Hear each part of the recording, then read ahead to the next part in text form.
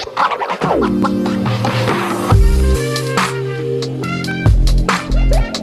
there, welcome back to my channel. My name is Brittany Bundles, and today's video is going to be all about different YouTube niches and also which niche on YouTube is paid the most.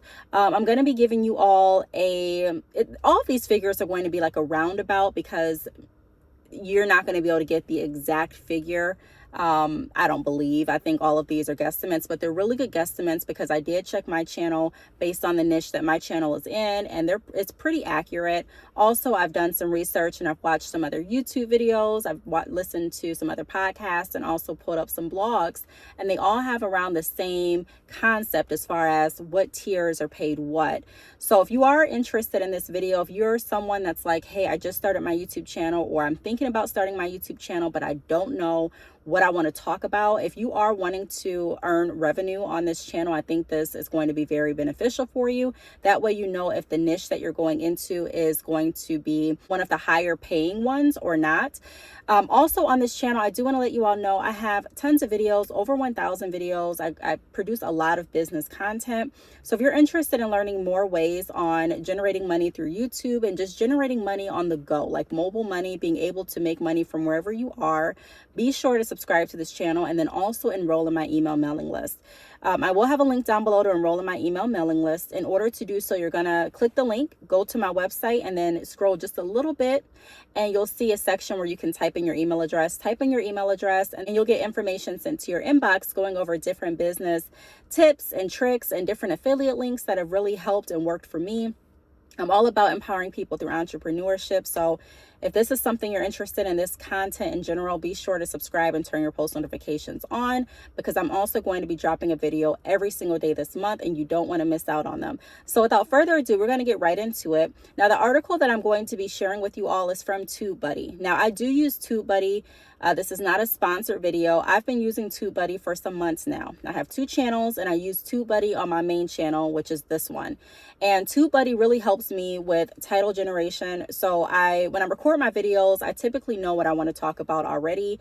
And I have an idea of how I want to title my video. So I put my title in and then I go over to the title generator, and TubeBuddy helps me curate I want to say the perfect title. Like, it's an AI generated system that helps generate different titles that fit into the algorithm and also that are more appealing to potential viewers.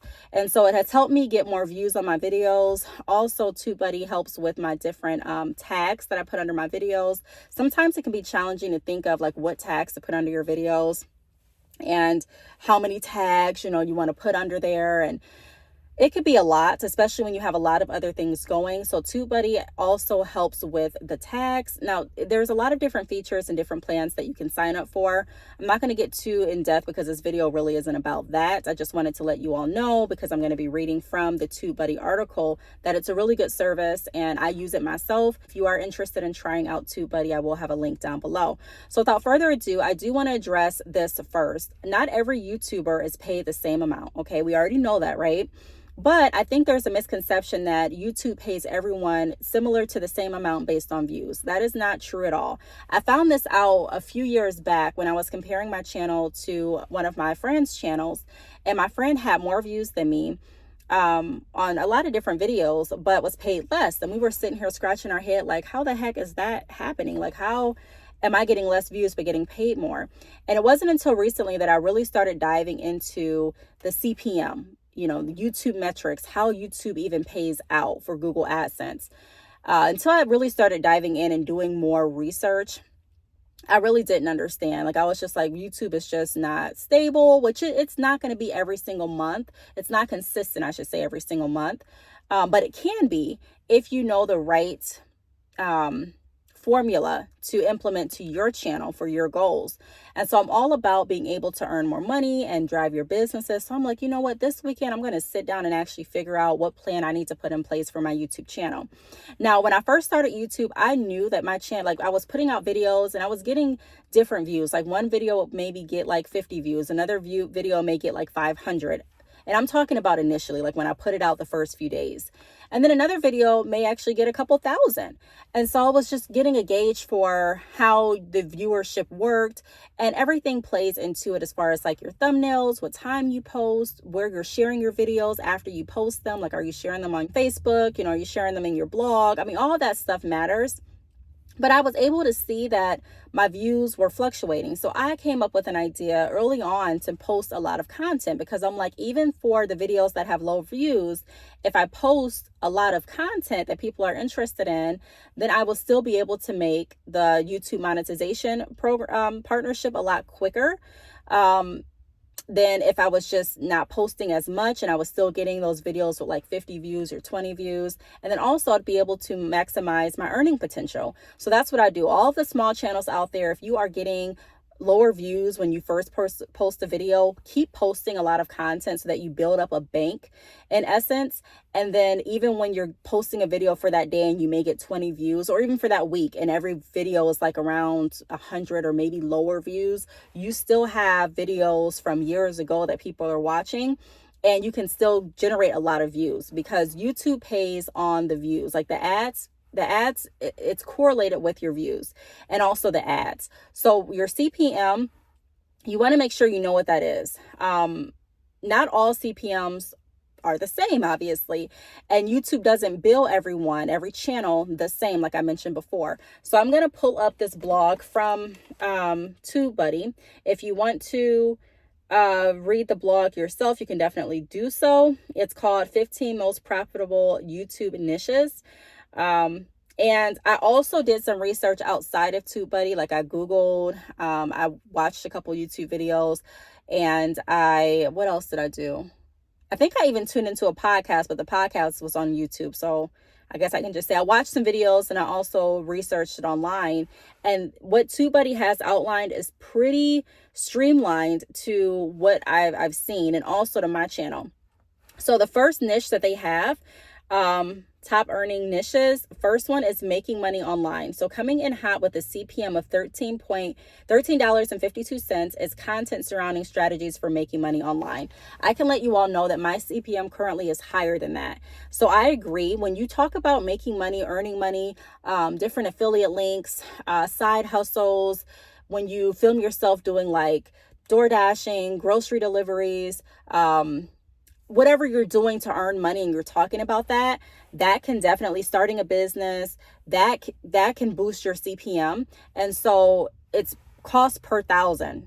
So per thousand views, if you have like a CPM of $13.52, that's what you're getting paid approximately per cost of each 1,000 views. Digital marketing comes in number 2, and it says this topic includes social media marketing and is backed by folks who know their way around search engine optimization. So if you're talking a lot about search engine optimization, how to optimize your YouTube videos, how to optimize your website, your blogs, and things like that, that also gives you a higher CPM. It does not give an example or like an estimated CPM for that, nor does it give an estimated CPM for the third list niche, which is personal finance. So from debt reduction to crypto investing, and it says advertisers are keen to throw money at an audience seeking out this type of advice. Also, I want to say this too before I continue on. Be sure to think about what direction you're wanting to go in with your channel, because if you want people like advertisers to pay to advertise in your videos, then you want to make sure that you're producing content that advertisers will want to advertise in. So a lot of content with like cursing, I'm not saying they won't advertise, on platforms where there is cursing, but like a lot of cursing, a lot of just foul language in general, a lot of controversial topics that could be very offensive. And it's all about how you wrap it up and a lot of it's how you present it, because there can be controversial topics that advertisers will still want to get in front of and be a part of. But there can also be different controversial topics that are just not tasteful in the delivery, and cause your channel to not have as high of a CPM as it possibly could have, and cause you to not be in a certain, cause YouTube to not look at your channel as a channel that they really want to recommend videos for, or advertisers too. Okay. The fourth niche that's listed is educational, and it says with a $9.89 CPM, the education bucket includes a very broad range of tutorials, courses, lectures, teaching, inspo, and even nursery rhymes. But keep in mind, if you're creating content for kids, you need to meet YouTube's quality principles for kids and family content. So this can be a little confusing because you may be saying, well, if I'm creating business content, that can be considered educational or business. Yeah, I would agree with that too. So it's a fine line between like what YouTube classifies your channel under. You do have an option to also go into your YouTube studio and pick which niche your channel aligns with most. And then the fifth niche is tech, cars, and gadgets. The sixth is ASMR and anything similar. And it says by niche number 6, the average CPM has dropped from $10 to $3.50. So let's just say you're comparing channels and you're like, well, how did this person make more than this person? This person got more views on their channel, but this person may have had more videos, and their category is different. They're making business content. That would be a big bulk of your answer as to why the channel with smaller views is getting paid more than the channel with larger views. And then it goes down. Number 7 is lifestyle, 8 fashion and try on hauls, 9 beauty and makeup, 10 motivational and spiritual, 11 cooking, 12 travel, 13 fitness and bodybuilding, 14 gaming, and 15 comedy and horror. Now, this is according to TubeBuddy. Now, I do want to let you know, doing research on Google, there are some different fluctuations with like the number of what category is thought to earn more when it gets down to the lower categories. But all of the research, most of the research that I've seen, business content, like earning money, talking about side hustles, starting your own business, that has been like number 1. So I do a lot of content like that, and I've been doing that for years before I really even started paying attention to my CPM and what that meant and all of this other stuff. So once you know your CPM, and once you know an estimate of how many views you're getting, just about, and you can find all of that in your YouTube studio, you can curate a plan for your channel as to how many videos you need to post and how many views you need to get, and different strategies that you can implement to get more views. And it doesn't necessarily have to be on the videos that you posted today or last week, but if you have a lot of videos, then you have a lot of content to work with, and you have a lot of monetization opportunities. So I'm still getting views on videos that I created 6 years ago. I still get views on videos I created 5 years ago. So it's important to keep the momentum. I know it can seem like a moot task when you're constantly posting and you're like, dang, like I'm posting, but my views aren't going up on the videos I'm posting today. That can happen too. I want to warn you all, when you're posting a lot of content, sometimes your viewers are not going to see all of your content when you post it. And so it may result in you receiving lower views when you first post the video. But don't think about when you first post the video or that first week or that first month. Think about long term. The more you post, the more you are casting your net out to possibly more people, to get more awareness, for more views. So you want to continue doing that, because you don't really know what video is going to hit. You don't know which one is going to go viral. And even if none of them hit or go viral, you're still going to get paid once you're monetized on the videos that you have monetized that people click on. Like I said, I have people that watch videos from years ago and I still get paid on that. So my advice to smaller channels would be, pick a niche that you're really interested in, that you're passionate in.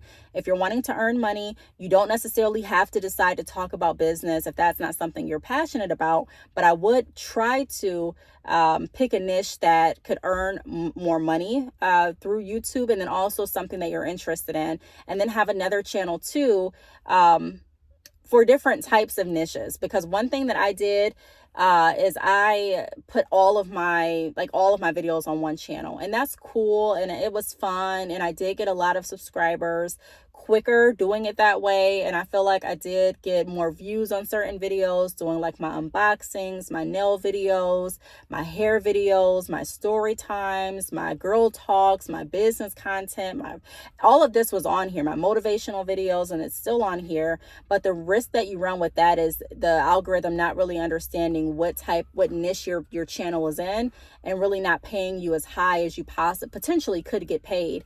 And then also your subscribers not really knowing why to continue to go to your channel, because they don't know what you're going to post unless people are just interested in everything you're doing. Because there are some people that are naturally gifted that can gravitate people to them.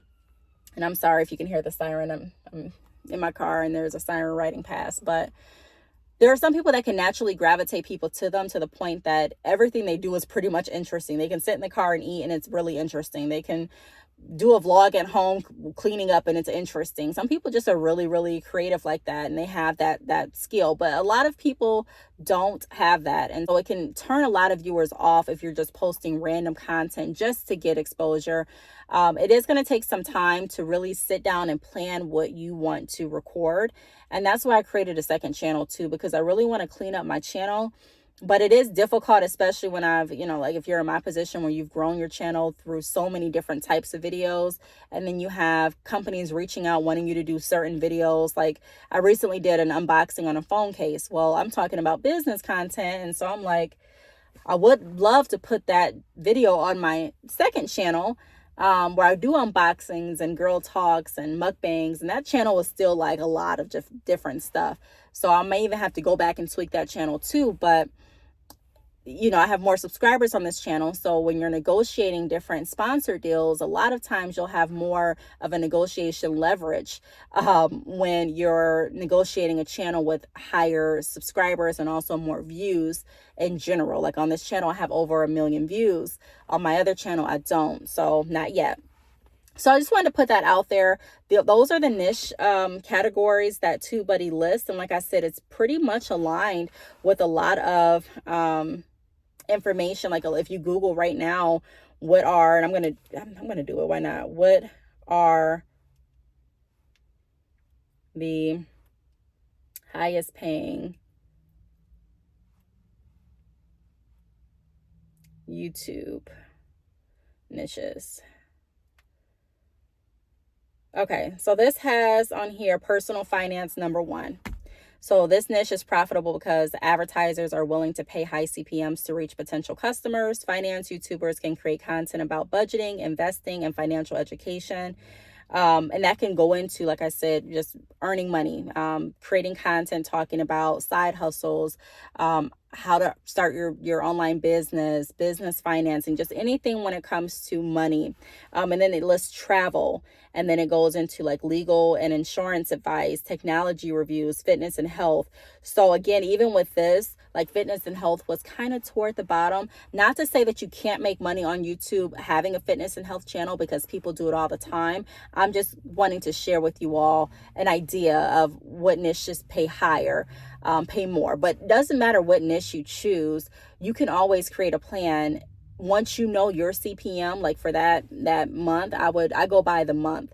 Once you know that, then you can make a plan for the month of how many videos you want to produce and how many videos that you want to share. Because like I said, once you start building that bank of videos, you don't even have to produce a video every day, as long as people are watching your videos consistently. Like keep sharing your videos, keep talking about your videos that you've created. Don't just let your videos go to the wayside. Continue to bring them up, continue to share them on your community tab, continue to share them on your Facebook and your blog posts. And of course, make sure that you're sharing them in a relevant way, but still share them so that you can get as many views as you possibly can if you're someone that posts and doesn't get a lot of views every time you post. So I really hope that this video helped. If you have any questions, feel free to leave them down below. Thank you so much for watching, and I will talk to you all in my next video. Bye.